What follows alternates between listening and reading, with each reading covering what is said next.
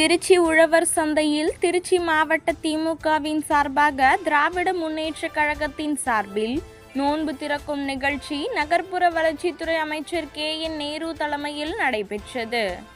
இதில் இந்திய யூனியன் முஸ்லிம் லீக்கின் தேசிய தலைவர் காதர் மைதீன், தமிழ்நாடு முஸ்லிம் முன்னேற்றக் கழகத்தின் தலைவர் சட்டமன்ற உறுப்பினர் ஜவாஹிருல்லா, திருச்சி மாவட்ட ஜமாத்துல் உலமா சபையின் தலைவர் ஜாமியா அன்வாருல் உலூம் கல்லூரியின் முதல்வர் முஸ்லிம் ஃபர்சலனா, போர்டு தென்னிந்திய உறுப்பினர் மௌலானா முப்தி ரூஹுல் ஹக், தமிழ்நாடு ஜமாத்துல் உலமா சபையின் மாநில துணைத் தலைவர் மௌலவி SM முகமது மீரான் மற்றும் திருச்சி மாவட்ட ஜமாத்துல் உலமா சபை நிர்வாகிகள், திருச்சி மாநகர மேயர் அன்பழகன் உள்ளிட்ட முக்கிய பிரமுகர்கள் கலந்து கொண்டனர்.